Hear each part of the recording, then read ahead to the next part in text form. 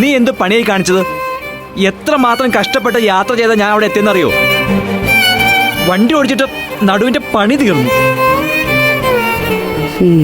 അവിടെ ചെന്നപ്പോഴാണെങ്കിൽ നിന്നെ വിളിച്ചിട്ട് കിട്ടണ്ടേ? പിന്നെ ഞാനവിടെ കിടന്ന് പെട്ട പെടാപ്പാട്.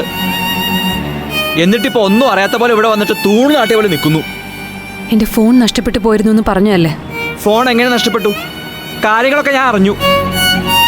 നീ അവിടെ ജോലി ചെയ്യുന്നില്ല, മറിച്ച് പേഷ്യൻ്റായിട്ട് കിടക്കുന്നേ. അല്ല, നീ ഇതെന്തൊക്കെ കാട്ടിക്കൂട്ടുന്ന വിസ്മയ? പെട്ടെന്ന് കാണണമെന്നും കാശ് റെഡിയാക്കണമെന്നും വിളിച്ചു പറഞ്ഞിട്ട് പിന്നെ നിന്റെ ഒരു വിവരവും ഇല്ല. ബുദ്ധിമുട്ടി അവിടെ എത്തിയപ്പോ നീ അവിടെ ഹോസ്പിറ്റലിൽ ജോലിയല്ല, പകരം അവിടെ രോഗിയായിട്ട് കിടക്കുന്നേ. അതും അഡ്മിറ്റ് ആക്കിയേക്കുന്നു. ആ സമയത്ത് ചാർജ് തീർന്ന് അവിടെ കുത്തിയിട്ട ഫോൺ. പിന്നെ അവിടെ നിന്ന് പോകുമ്പോൾ എടുക്കാൻ മറന്നു. ശരിയല്ലേ ഞാൻ പറഞ്ഞത്?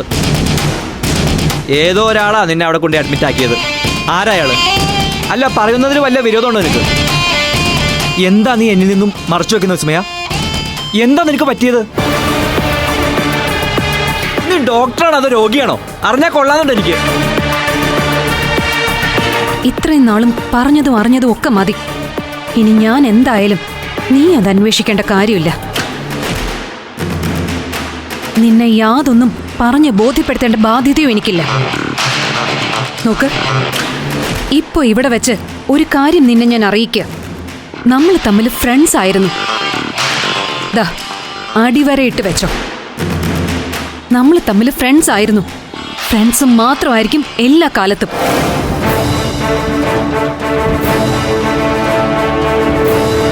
ഒരിക്കലും ഞാൻ നിന്റെ കാമുകിയല്ല.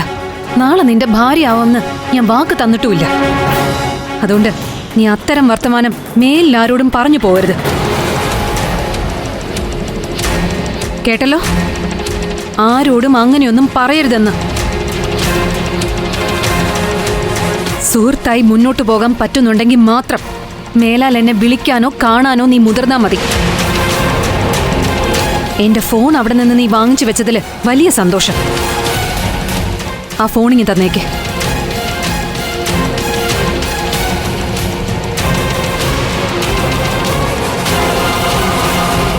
സി, എനിക്ക് എന്റെ ജീവിതം, നിനക്ക് നിന്റെ ജീവിതം. That's all.